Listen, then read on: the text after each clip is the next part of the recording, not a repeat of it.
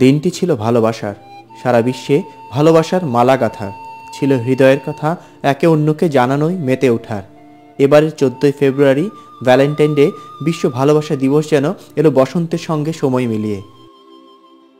রোমের সম্রাট দ্বিতীয় ক্লডিয়াসের রাজত্বের সময় ক্যাথলিক ধর্মযাজক ভ্যালেন্টাইনের নামানুসারে দিবসটির নামকরণ করা হয়।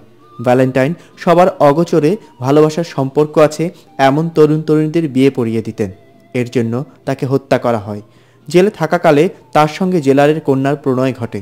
মৃত্যুর আগে শেষ চিঠিতে তাকে তিনি লিখেছিলেন, ফ্রম ইউর ভ্যালেন্টাইন।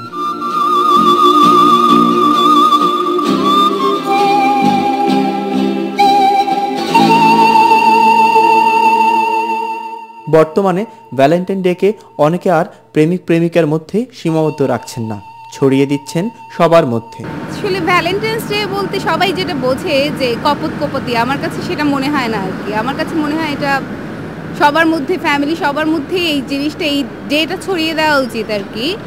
তো যেমন আমরা আজকে সকালে দেশে ফোন করেছি, বাবা মা সবার সাথে, ভাই বোন সবার সাথে কথা বলেছি। ভ্যালেন্টাইন্স ডে বলতে সবার মধ্যে ভালোবাসা, হাজব্যান্ড ওয়াইফ, আত্মীয় স্বজন, বাবা মা, ভাই বোন, ভালোবাসা, দেশের জন্য ভালোবাসা। বিশেষ করে আমরা দেশকে খুব মিস করি। এই দিনটি আবার এখন কেনাকাটার দিন হিসেবে গণ্য হচ্ছে। কার্ড, গিফট আর ফুল কেনায় ধুম পড়ে যায় এই দিনে। Sales are going really well today. It was very busy last night. A lot of people buying flowers for their loved ones to take home. My mum bought 700 roses, red roses, to sell today. We sold those last year, 700, so it's quite a lot to sell in a day.